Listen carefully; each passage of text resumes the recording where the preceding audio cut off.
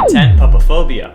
If you happen to have Puppophobia, then FNAF 2 is going to be hell. With the mechanic added of winding the music box, you will constantly have to keep looking at your worst fear. Puppophobia, as I'm sure you can tell, is the fear of puppets. And considering how there is also a minigame revolving around the puppet jump scare, I'm sure you can see why FNAF would trigger this fairly common phobia. The main triggers, of course, being the puppet, or perhaps even the mini arenas from Sister Location. I mean, they're essentially just smaller versions of the puppet. But with tutus, so I mean, like, it's not that much of a stretch. And don't even get me started on how bad Night Marionette from the FNAF 4 Halloween expansion would be. While yes, puppets would be scary, a puppet intentionally designed to kill you using the exact same mechanics as Nightmare, by far the scariest animatronic from that game, well, you'll just be screwed at that point, won't you? And at 9, Chromophobia. Chromophobia is the fear of colors, and while yes, colors are everywhere, they're very present in the FNAF series. I mean, there was a whole debate based on if purple guy and pink guy were the same person. Plus, text colors end up becoming very important later on, indicating to us who is speaking, and not to mention the things that are literally coming at you are colorful as well. Unless you play Night 5 of FNAF 1 in Help Wanted,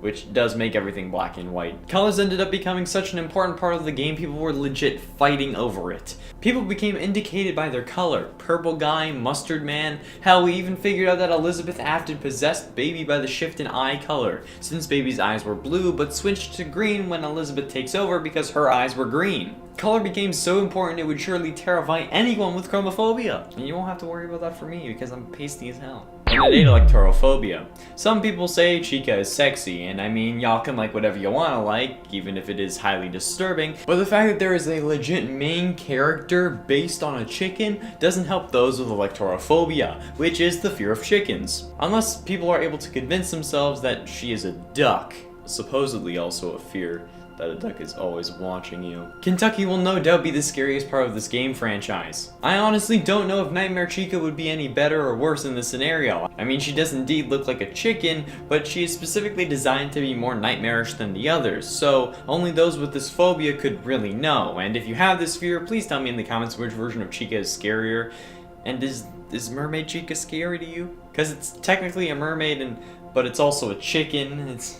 I don't know the rules with this sort of thing. At 7, cawthon. Unless you are instantly a pro at power management and strategy, you will fail at least one of these nights. Whether it's due to your power running out or you forgetting to check Foxy, the animatronics will get you at least once in any given playthrough. While the whole build up to your inevitable demise is crazy and definitely one of the scarier parts of the games, the jump scare when you least expect it is the worst. However, if you have cawthon, the fear of failing, you'll be even more terrified before and after the fact. The fear of failing can manifest in multiple different ways, usually associated with an attempt to get someone's approval but never succeeding. However, it ends up putting a real strain on your life, and that while yes, we all want to succeed, failing is okay because we won't collapse to the ground or have a panic attack because of it, unless it's a jump scare from that damn Reaper puppet, because I can't handle that. At 6, chlorophobia. While Sister Location may be best for those with a fear of chickens, since Chica isn't present, those with chlorophobia will end up hating themselves for playing.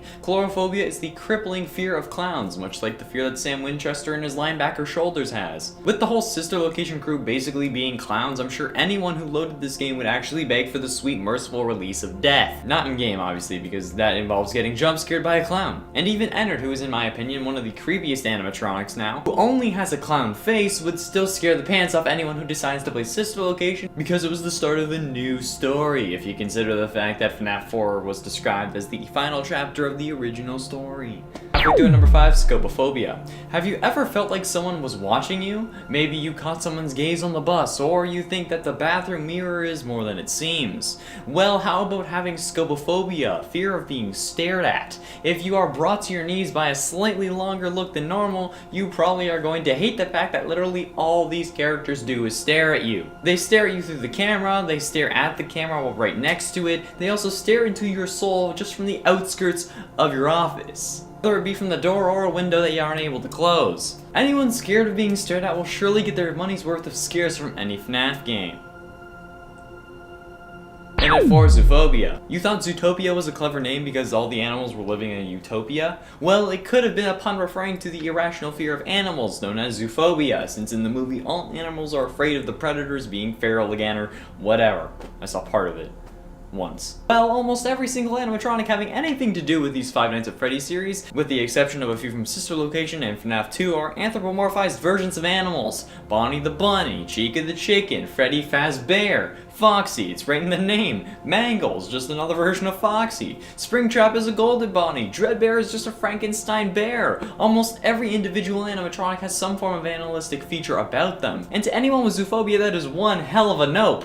Plus, the nightmare forms of these animatronics can be even worse, especially when in FNAF 4 you need to get really close to Foxy to send it away. And in the Curse of Dreadbear DLC, you need to deal with all the Nightmare main cast in the hallway minigame, where you need to directly confront them since you need to make as much progress as you can quickly. And don't even get me started on how bad the corn maze or dark rooms must be with Nightmare Fredbear, man. Oh.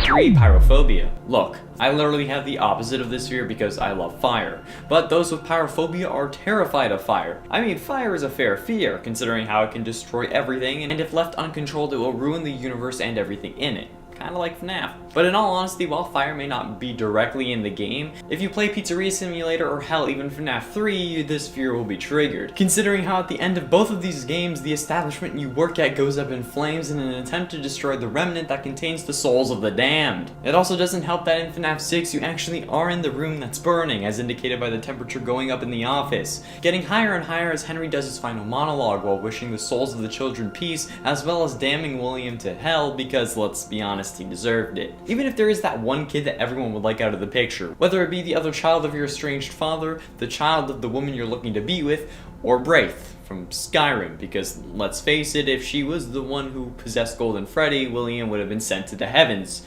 and this whole the one you should not have killed thing wouldn't have started. I hate Wraith. Also, note to my FBI agent, I don't actually plan on killing any kids, but if I did, they would probably deserve it. It's probably a brony. And 2. Necrophobia. Phobia. Okay, I'm saying necrophobia, as in fear of death or dead things. And considering how this series is piled high with underage corpses and death analogies like no other series, if you're scared of death or the concept of it, you're probably in for one wild ride. With representations of death like Nightmare and Nightmarionette, plus the literal addition of a new dead kid every game, death is everywhere in the Five Nights at Freddy's series, and if you were to play the FNAF VR version, you would end up getting killed up close, or even end up seeing graves. When you get over in the game's DLC, you will drop one in your pants faster than me figuring out that I need to look at Bonnie's left, not mine. Yes, it happened, and I even said that I realized it in the text in the video. I was like, yeah, I figured out that it was the wrong eye. But you guys were still commenting about it like I didn't know in the comments, and there was that one person who was very rude about it. And I didn't realize people would be so mad about it. Like, come on, I found it hilarious after the fact. I think y'all just need to chill. Take a pill, watch people fail, and laugh about it. No need to spread rude comments about how stupid I am. I know I'm stupid, it's part of my charm. Finally, in number 1, Automatonphobia. This is literally the phobia this game was made for. Sure, it wasn't actually the reason it was made, but seriously, this is the perfect fear for these games. While sure, the thought of mannequins can creep anyone out, especially if you're being brought to life in a cheesy movie where they fall in love with the main protagonist and everyone judges him for it. But the fact that Automatonphobia is literally the fear of animatronics is surely the bread and butter of this series. Well, it's more of a fear of human-like figures like wax figures and mannequins, as I mentioned, or things like that, but animatronics that are anthropomorphized versions of animals is surely enough to trigger this phobia, especially when they're trying to fricking kill you. Plus, I looked it up and the fear of animatronics really started shooting up in August of 2014, when the first FNAF game was released, along with searches for animatronics and ways to stop being scared of animatronics. So these games even made people afraid of animatronics when they weren't before, or at least they didn't know it or acknowledged it beforehand. Gotta hand it to Scott, he did a very good job. I, for one, can never look Chuck E. Cheese in the eyes again. And at number 10, yellow. Yellow may end up triggering xanthophobia, which is the fear of the color yellow. Yellow is a game available online that is essentially like the Impossible Quiz, but instead of answering questions, you have to find an incredibly weird way to make the whole screen yellow. The thing about these games is that they will typically only be scary to the fears that they trigger, and this game is no exception. If you have the fear of yellow, you're not watching this part, and if you are watching this part and you're scared of yellow, then I just need to say congratulations and I'm so sorry. This game literally revolves around the color yellow, and since you need to fill the screen with it, you're going to have a difficult time avoiding it. There isn't really much else to say. It's a game about yellow. And at 9, words with friends. If you suffer from hypomonstrosis quippedaliophobia, got it in 1, that's right, then words with friends or even Scrabble is not the game for you. This game will trigger the fear of long words, which ironically is one of the longest words in the English dictionary. The game, as I'm sure you know, is about making long words to score points and beat your friends to a pulp because you've read the dictionary. While yes, you can make short words, ultimately, to win, you need to hit that sweet 5-syllable word on double points. If you do that with hypomonstrosis quippedaliophobia, then you're going to be so far in the lead you'll be James Holitzer from Jeopardy! If you didn't know, he's like the best player of all time, and it happened earlier this year. So far in the lead, not even someone who can spell anti-disestablishmentarianism will get you. Sorry to trigger you hypomonstrosis quippedaliophobes out there. Hypomonstrosis quippedaliophobia. Yep.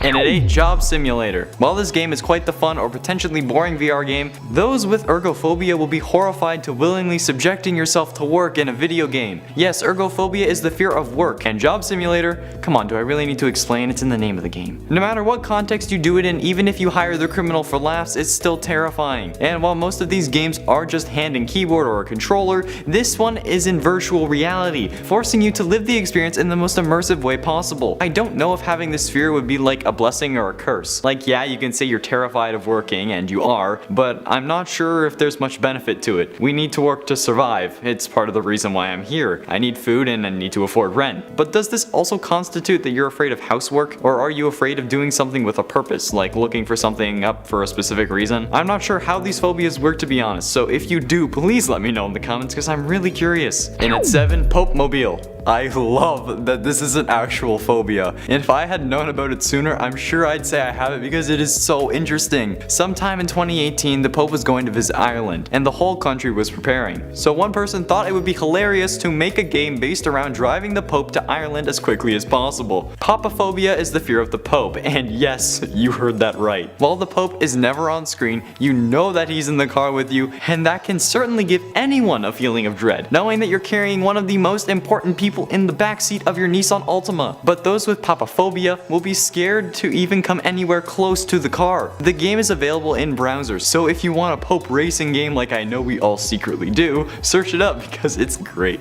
And at 6, rinse and repeat. Do you enjoy taking a shower? Do you love bathing with others? Do you have a desire to watch other men in a virtual shower with almost no limitations? Well, maybe you should stop watching and go do that. You can do all of that with rinse and repeat, but for those with a blutophobia, you're in for one nasty treat. Hey, that rhymed. I'm a poet and I didn't know it. I can make it rhyme anytime. If you didn't understand that reference, we can't be friends. While bathing does indeed scare people, there is a way to help get over this fear. Exposure therapy and cognitive behavior therapy are both options to help you gradually expose yourself to the environment and help you become more comfortable with the situation. If you have any of these fears and are worried or embarrassed, there is no need to be. Talk to someone about it, maybe your doctor, and see what options you have if you want to get over it. Halfway through at number 5, Miyamata. Miyamata is a first-person survival game with slight horror elements. You play as an alchemist who is dying of a disease, so you try to invent a cure with a dangerous monster lurking in the woods. While most people will be scared of the monster, those with anthrophobia will be scared of the fact that this game is basically a flower picker simulator. Anthrophobia is the fear of flowers. Wow, this game is definitely full of them, with them being the main ingredient to use in your elixirs for maintaining your life. If you play this game and avoid picking up the flowers, you're gonna lose. At least this game isn't virtual reality. Maybe you'll be able to disassociate the flowers with real life ones. Since they're virtual, don't smell and don't collect pollen causing your eyes to swell up, and when your sister throws a handful of them in your face right in the middle of allergy season, you have to go home because your eyes are watering and are now in intense pain because there was a bee in there. Okay, I'm going on a tangent. Just don't play the game if you're anthrophobic. Don't play any of these games if you have this fear. Like, unless you like a challenge. And at 4, rain. The fear is in the name. Umbrophobia is the fear of rain, and if you decide to load up this game because you think the title is ironic, you'll hate your life. In rain, it is always raining, so much so that the story revolves around a character who can see secret objects and people, but only while it's raining. So in the game, it is literally always raining because that's a crutch the developers stuck themselves with when coming up with this ridiculous plot. Does fear of rain actually count as fear of water?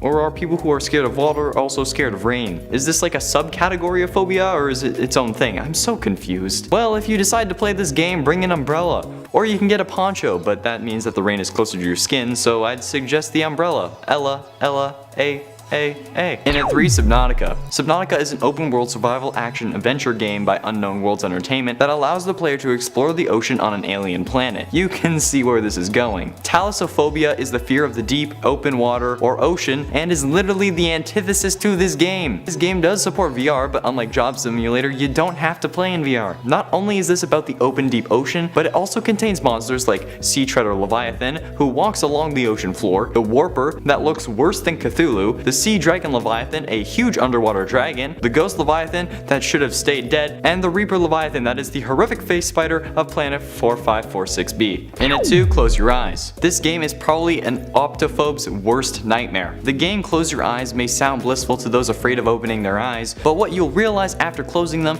is that there are secrets behind them. But to continue, you need to open your eyes. While this game is called Close Your Eyes, this is only a small portion of the game. With 3 different endings and an intense story, you'll actually have a good time playing this game if you don't have optophobia, the fear of opening your eyes. The game revolves around the opening and closing of your eyes, and this begs the question, do you also fear closing your eyes, since it means you'll have to open them? Or does this fear pass into a video game since they call it opening and closing your eyes? I have no clue. And finally, taking our number 1 spot, Try to Fall Asleep. Try to Fall Asleep is a game about John Heron, who suffers a terrible accident that causes him physical and mental harm. After healing from the damage, he must try and heal from his brain damage by sleeping, but his hallucinations try to scare him. Somnophobia is the fear of falling asleep, and while for this game you are awake and you repeatedly get scared awake, the game revolves around you trying to fall asleep. Every time you get scared awake, you just need to fall asleep again. Things can get rough for you both in the game and in real life if you have this phobia. So like I've said before, if you have any of these phobias, don't play these games. If you want to use them as a coping mechanism, or if you think that they'll help you, then go for it. But when a game is literally trying to scare you like this one,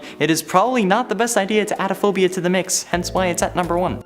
Number 10. Anchrophobia. Weather changes from day to day in Animal Crossing. It can be sunny, rainy, or even windy. Different weather conditions and seasons will affect the bug and fish population, among other things. But a windy day could also trigger someone suffering from anchrophobia, or anemophobia, which is a fear of wind, especially as wind sounds are used as a signal that an air current is blowing a package overhead, which you can then shoot down out of the sky with your slingshot. Those who have a fear of wind, however, might not find the idea of random packages blowing by as fun as was originally intended. Number 9. Agoraphobia. As Animal Crossing mostly involves open spaces with no viable way to escape your surroundings, it's unsurprising that people who suffer from agoraphobia might find the game more anxiety-inducing than they'd hope. Those with a fear of unsafe environments could either find themselves soothed by the game, using it as a safe escape, being a virtual world where nothing can harm you as the player directly, or could find their fears triggered even more by a world like Animal Crossing, where you don't always know what will happen, and where you have very few ways to escape your little slice of paradise. Number 8. Thalassophobia. This one especially applies to New Horizons. Thalassophobia is a fear of the sea. If you are an Adventure Time fan, this was something you may have been introduced to through one of the main characters, Finn the Human, who has an intense fear of the ocean. This fear can also apply to deep bodies of water, sea creatures, and even the fear of waves or potential unknown sea monsters.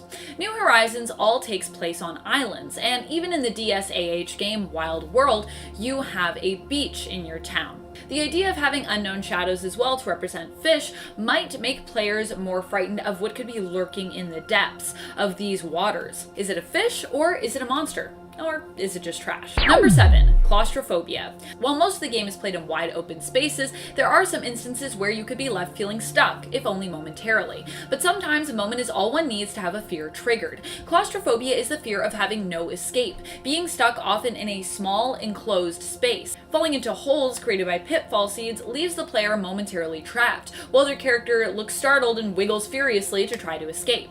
Eventually, you will get free from the hole you are trapped in, but for those with severe claustrophobia, this might prevent them wanting to continue, especially as it's possible sometimes to get distracted in the game, running or falling into a hole that wasn't spotted initially. Try to look where you're going when you're running. Number 6. Chromatophobia.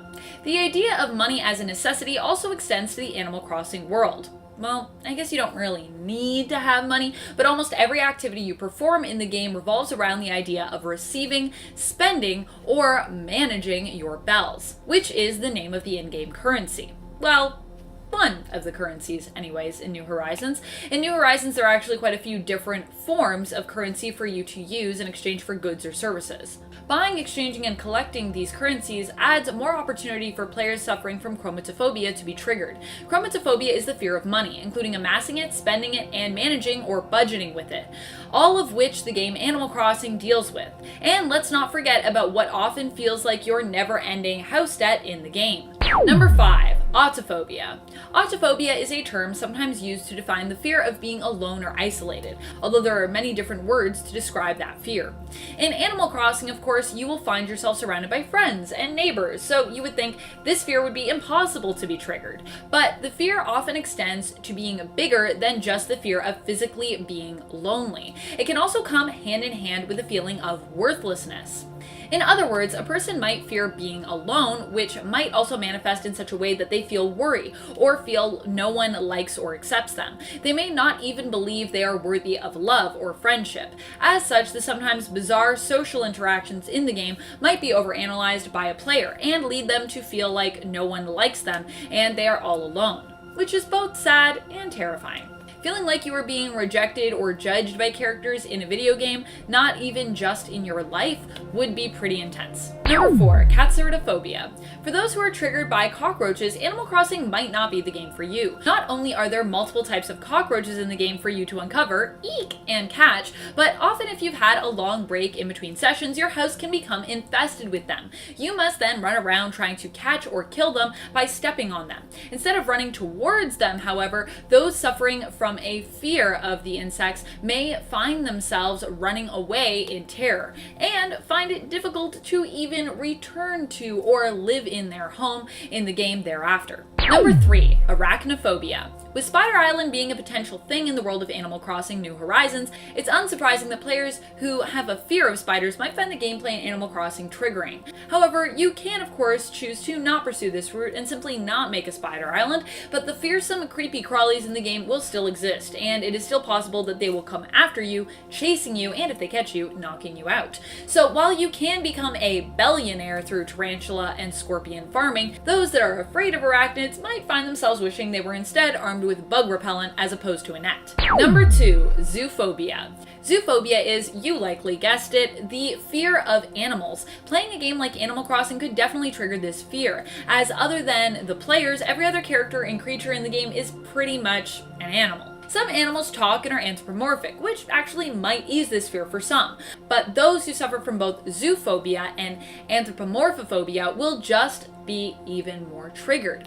Anthropomorphophobia is the fear of non-human objects or creatures that exhibit human characteristics or traits, which gyroids themselves in the game may also trigger. Wow, wow, wow. Number 1. Atelophobia. Atelophobia is a fear that the game Animal Crossing can reinforce in people or even instill in those who don't already have it to begin with. Atelophobia is a fear of imperfection or a fear of things going wrong. Nothing can really, of course, go super wrong in the pleasant world of Animal Crossing, but you will likely have an idea of what you want to happen in order for things to go super right for you.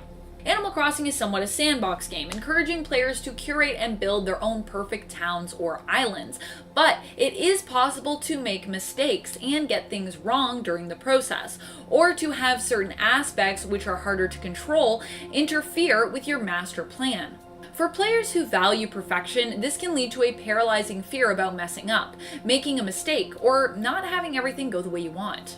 Number 10. Ichthyphobia. As with most adventure games, it is possible for you to fail in the game. Most often this will happen in the form of failed Pokemon battles. It is possible for you to lose a battle in the game, and you don't even necessarily get to just try that battle again. Instead, you will faint and wake up with your Pokemon in a Poke Center. If you are afraid of losing or failing at something, the idea that this could happen to you could frighten you to the point that you could become unable to face Pokemon battles or play the game at all. Number 9. Monophobia. Monophobia is one of the terms used to describe the fear of loneliness. Because in the original game, much of your adventure happens alone. This fear is one that could come up for you, as you realize you don't want to go into that cave or forest alone. Granted, you do interact with people in cities, towns, and villages in between your solo travels, and sometimes you do even run into people out in the wilderness, but most of the game is based around the idea of a solo adventure, and it's this prospect that could trigger monophobia for you. Number 8.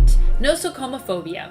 Nosocomophobia is the fear of hospitals. As there are many Poke Centers that you visit in the game to treat injured Pokemon, these centers resembling hospitals could trigger this fear. For many, Nurse Joy has always appeared to be a helpful and kind soul, but for those who fear hospitals or medical professionals, Nurse Joy could seem terrifying, even though all she likely wants to do is to help heal you and your Pokemon.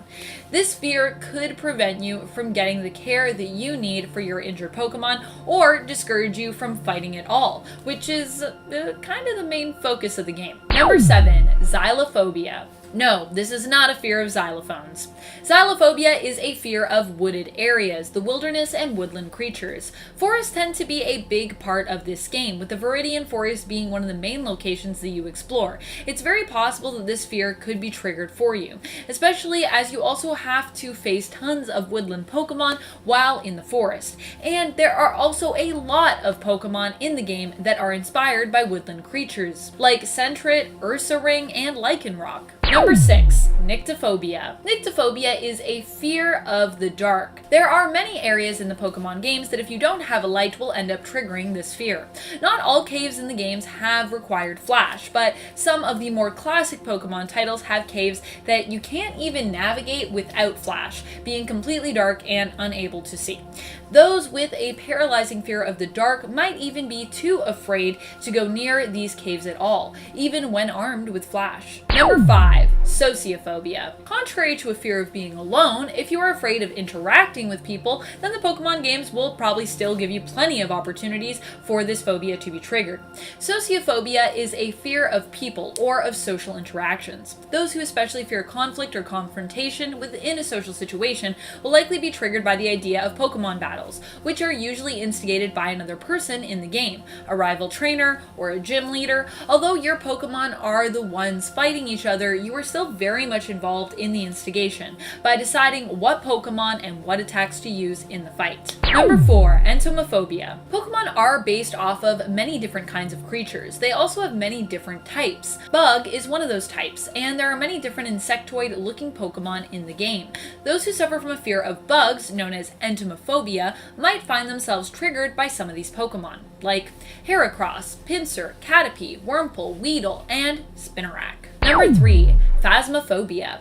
Another type of Pokemon popular in the game is Ghost type. There are many different kinds of paranormal aspects woven into the stories belonging to the Pokemon world, including ghostly ones. Those who fear the paranormal and the undead will likely find themselves spooked by these elements. Pokemon such as Ghastly, Gengar, Duskull, and Misdreavus will surely send a chill up your spine if you find yourself afraid of ghosts. Duskull especially is super creepy as its design is inspired by the Grim Reaper, Death Incarnate itself. And Ghost-type Pokemon, as well as certain areas and quests in the game, will likely become things that you'll want to avoid while playing. Number 2. Mazeophobia. Like it sounds, this is the fear of getting lost. Sometimes in a maze, sometimes not.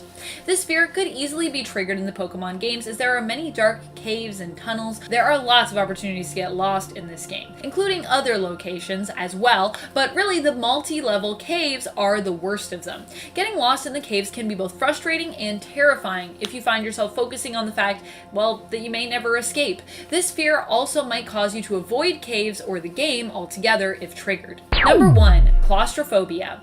If a Pokemon could fit in a Pokeball, is it possible for people to also get trapped in there?